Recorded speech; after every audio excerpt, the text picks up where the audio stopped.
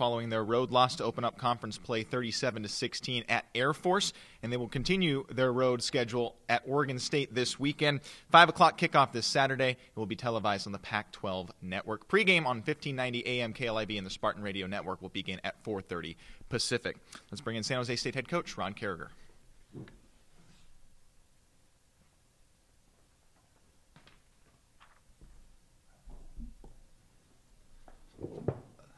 Thank you, Justin. Appreciate it. Good afternoon, everyone. Thank you for joining us today.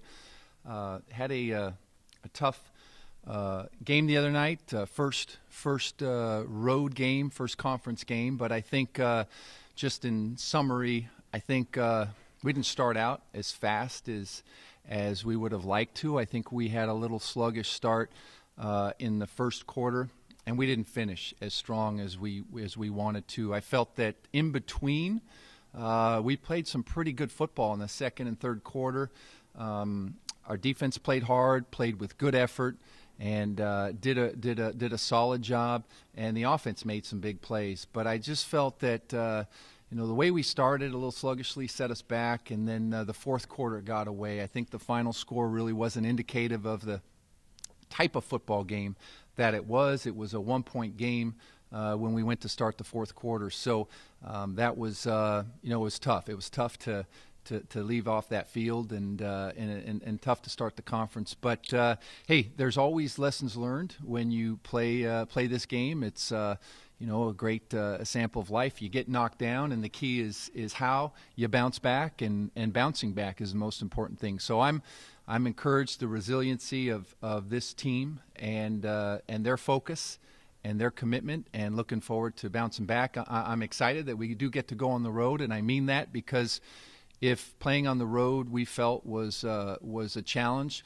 we want to get to address it and fix it as soon as we can, and to be able to go back on the road and to be able to address that issue right away is I like that element of the scheduling to be able to do that. So got our non-conference game this week, playing Oregon State, and very much looking forward to going up to Corvallis. So with that being said, let's open it up to questions. Hi, thank you.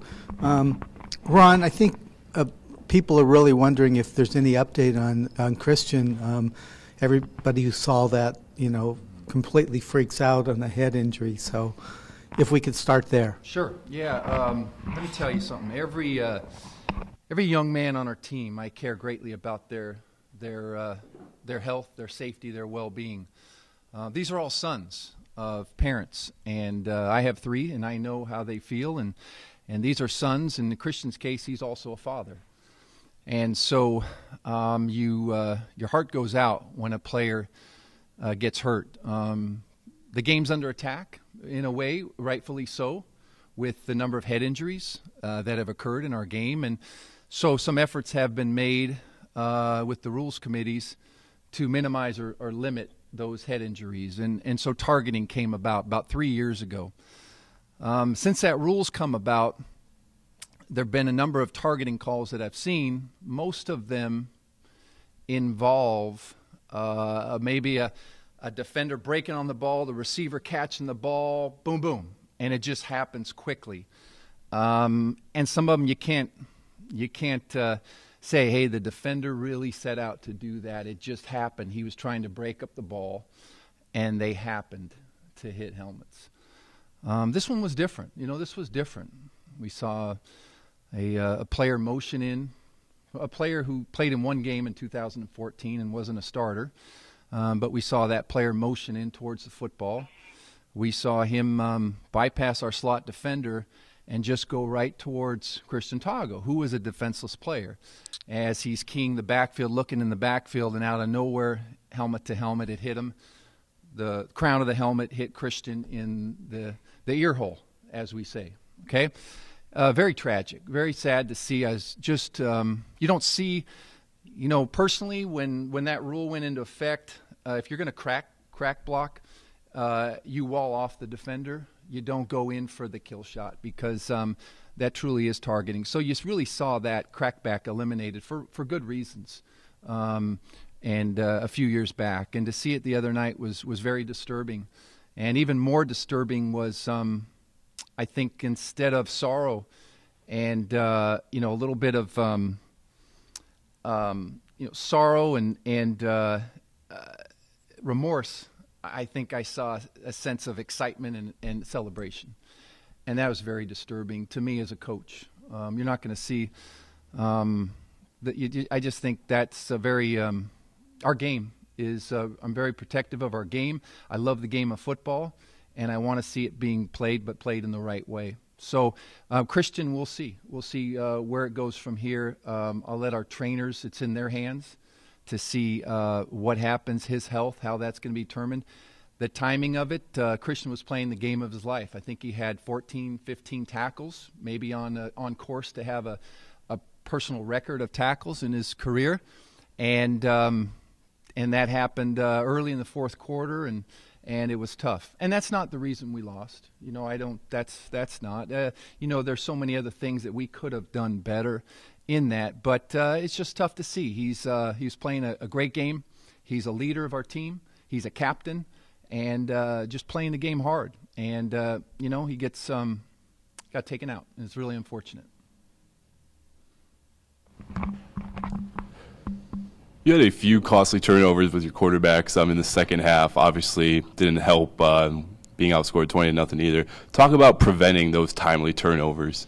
Yeah, we do our best during practice to simulate the opponent, and we did. It was tough. They did a good job pressuring our quarterback and getting them into a position where they had to get rid of the ball, and made some good plays. I think we had a miscue when Kenny threw to Timmy.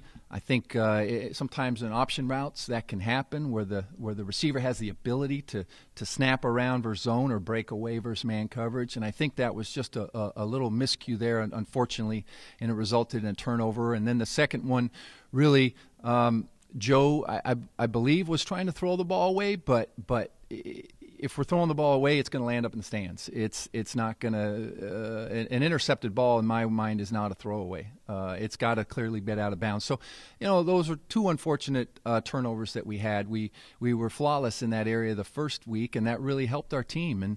And the flip side around, our defense created a nice turnover. Jimmy Pruitt got an interception that we translated into 7 points. So I was encouraged by that. Coach, in the fourth quarter, it seemed like the defense just got grinded down by Air Force, the offensive line.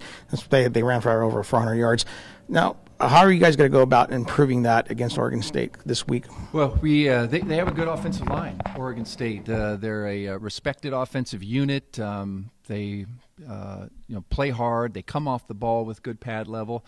We need to do a good job of anchoring down and be able to handle their multiple stunts that they do. They do a good job of really, with their spread, zone read, option, they really do a good job of stretching the field, making you defend 53 and a third yards, and your players have to be able to play sideline to sideline to do that. And they have a good line coming at you, and they have a good mixture of misdirection runs. So we have to be very, very sound. We have to be very disciplined and very do a good job of open field tackling to play well against Oregon State.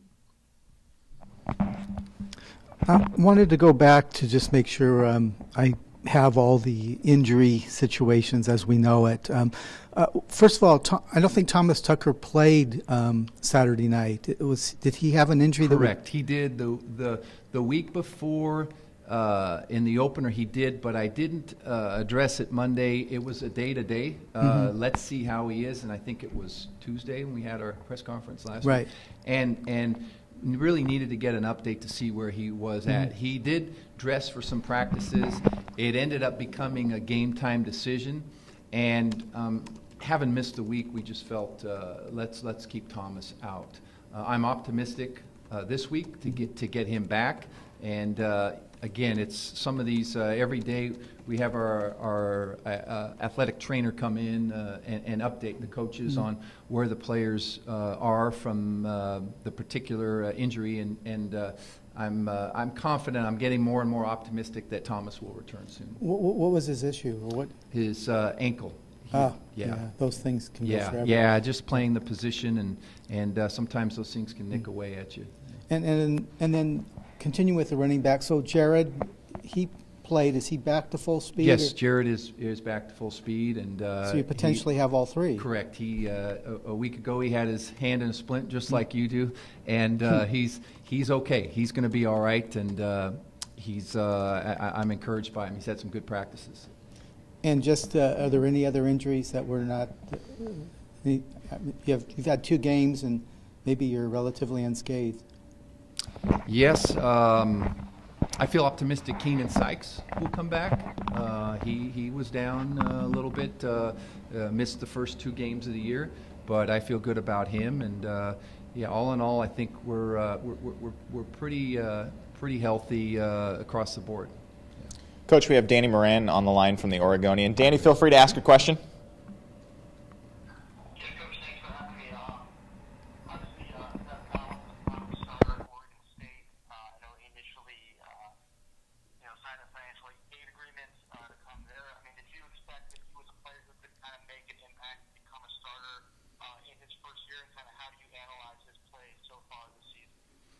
I think I think Seth's a beautiful athlete. I mean, he throws the ball, he runs the ball well, and he's a good fit for that offense. So it's not a surprise to me that he's playing. I mean, I think we saw someone there who's just a very talented and skilled player, and we saw a lot of upside there, and thus the reason we signed him.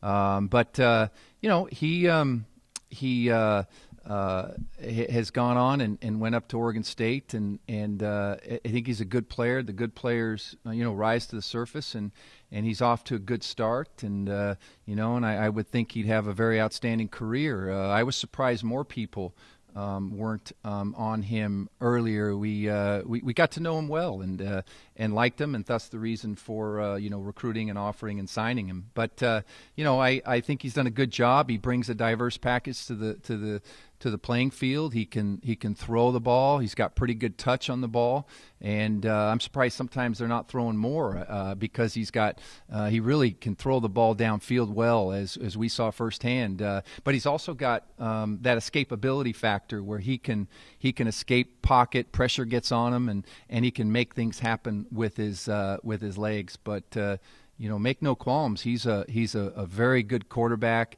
with a very bright future. Coach, the Beavers have a linebacker, Ramel, who's been a hell of a playmaker. We're seeing 2 sacks, an interception, all that. When you have a player like that on the defensive side, do you specifically game plan not to avoid them, but to try and take advantage of opportunities where they won't be in a position? Well, you do take things into consideration, and you don't want mismatches is what you want as a strategist continually throughout the game. But avoidance isn't the word I would ever want to use in football. Sometimes you go right at it, and sometimes you scheme around it. So there's many ways to go about it. But they have a number of good players. He's one of them. He stands out as an aggressive downhill type player, good open field tackler, has a good knack for playing the position. So we definitely respect him and respect their defense. They can create a lot of issues with their movements, and they're labeled as a 3-down front, but they also can play the 4-down front, and so keeps you at bay as an offense of how you scheme to tack it and protect against such a good defense. Coach, the kicking game was pretty much hit and miss this past Saturday. Have you made a decision on who's going to be the main kicker to come in this Saturday? Well, yes, we had that kick blocked, and it was kicked low. And we're addressing that issue. We're talking with Bryce that we do need to get height on those kicks, and he understands that. But I was very encouraged. Austin Lopez responded to the call when I gave him the nod to go in and kick, and he responded very favorably, and I'm encouraged to that. And I tell our guys, maybe you've been replaced, but you're not done. There's a lot of football left to be played. Let's fix the areas that need to be improved on. Let's get better. And all in all, there's a lot of football left to be played, and chances are we'll get our numbers called again down the road. But I'm very encouraged how Austin responded, and we'll see how practice goes this week. Ron, I wanted to follow up with Danny's question about Seth. You've been a coach from a football man for a long time. Have you ever been in a situation where, because of circumstances, I mean, it's a strange situation. He probably left because he thought Jimmy was leaving. Jimmy's here, and he's gone, and now he's going to be starting against you. Yeah, no, I think things work out for a reason, and we're very excited about.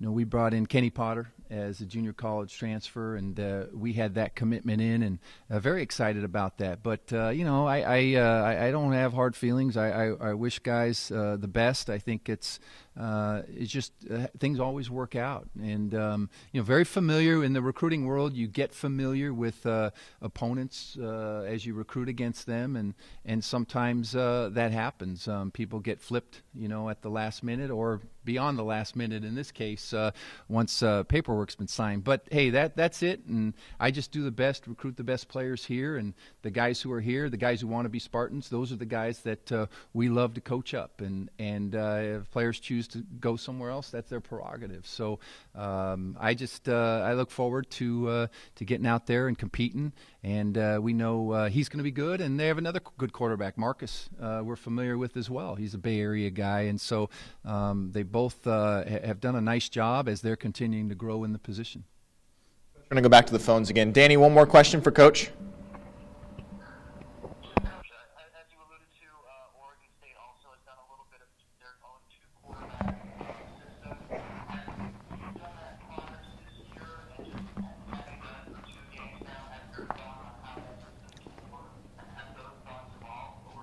Yeah, so the question was the two-quarterback system. Oregon State's had a bit of that. And there is a parallel, Danny. That's a good observation.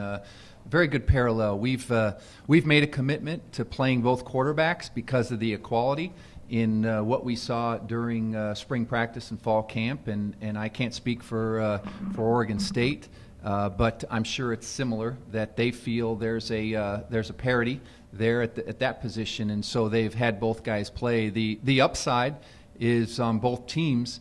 We have guys who've played in big games. 4 quarterbacks on both our teams have played in big games and in big moments at key times, and so you have that in your hip pocket if something should happen to the starter.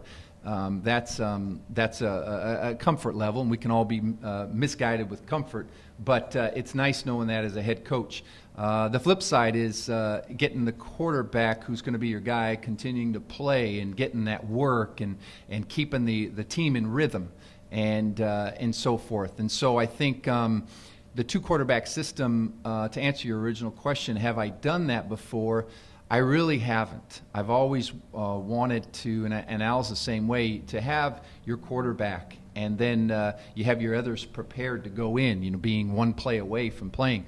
But it's just the way things have worked out this year. I felt that there hasn't been the difference, and I'm sure it's the same up in Corvallis. So until one clearly takes the lead, and again, the media doesn't see and the fans don't see what happens on the practice field on Tuesday, Wednesday, and Thursday. They just see the game. But we're trying to take it all into consideration, and I'll speak for ourselves in this case. We would like to get to a one-quarterback system. How soon that'll happen, I can't tell you right now on Monday, but hopefully sooner than later. Coach, Tyler broke out for that 66-yard touchdown run in the third quarter, and then after that, he only had one rushing attempt after that. Was there a reason behind sort of going to the pass at that point?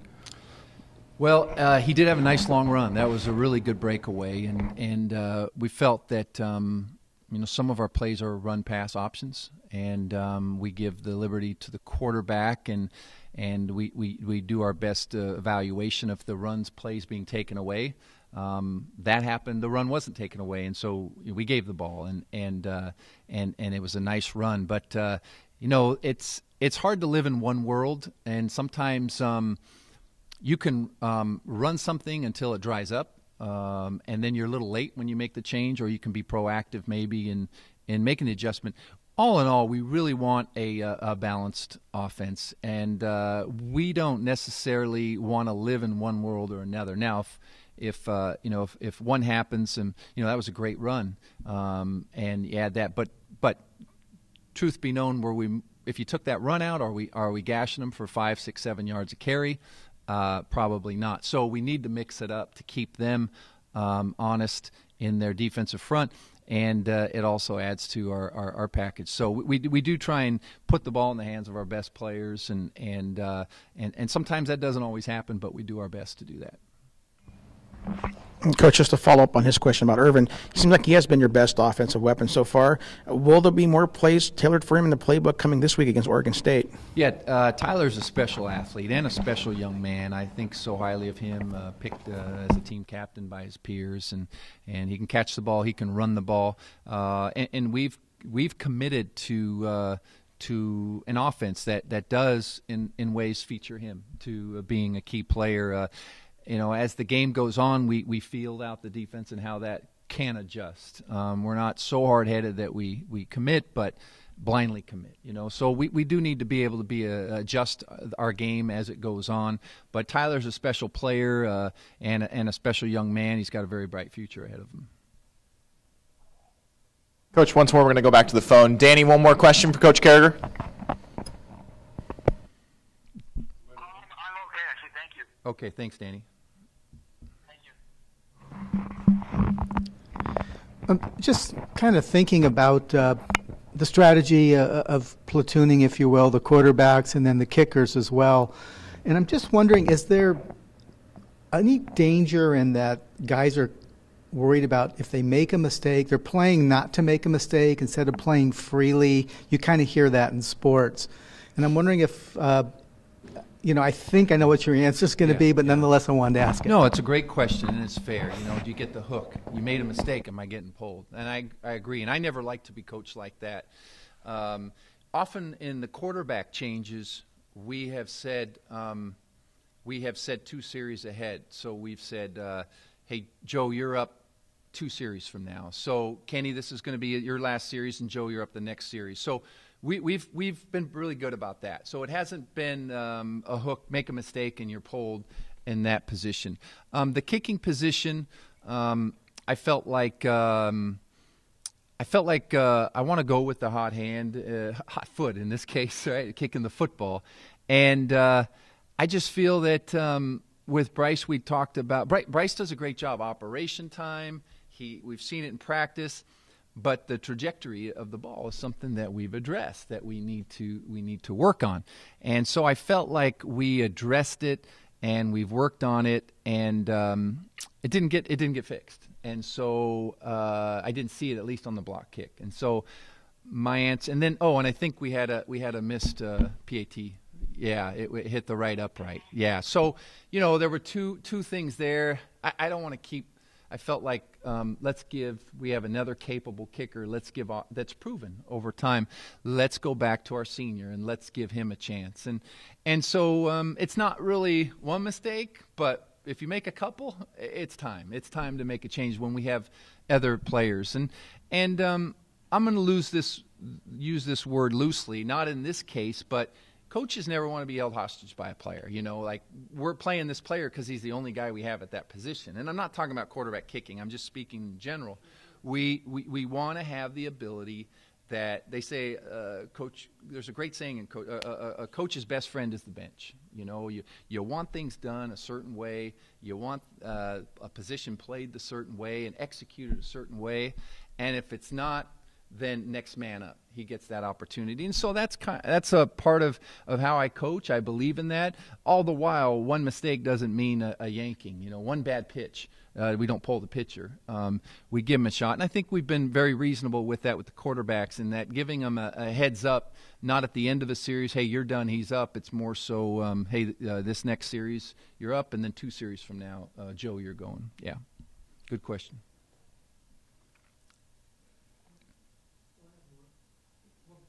Okay, one more. In the New Hampshire game, it looked like that the run defense, collectively again, not just the line or anything, but had made great strides, and that was a problem last year, which we've discussed. Of course, Air Force, I mean, it's just so difficult to stop that team. They run against everybody.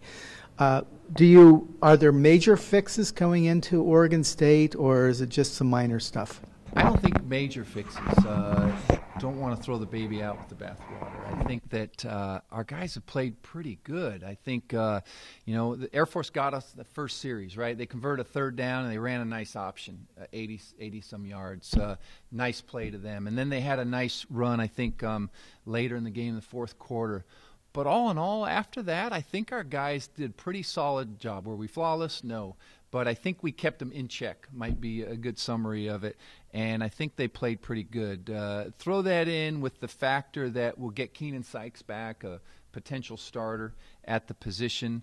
And then Cedric Losey, who did miss last week. We might have missed that on the injury, but is getting better. I think that's encouraging for me. I think that I'm going to throw a name out who played really well, Epi Sona. Came in at linebacker for us, number 54, and played a very solid football game for us. So we're adding some depth. We'll see what happens with Christian Tago's health situation, but it was very encouraging that Epi played well. And as you know, that's a factor we need to do a good job of. And we did come out the gate against New Hampshire and played good. Air Force put up some yards, but it's all hand in hand. Offensively, we convert some of those third downs. We move the ball. That's more plays for us. That's less plays for our opponent, and it really does go hand in hand as a team effort. Thank you, everyone.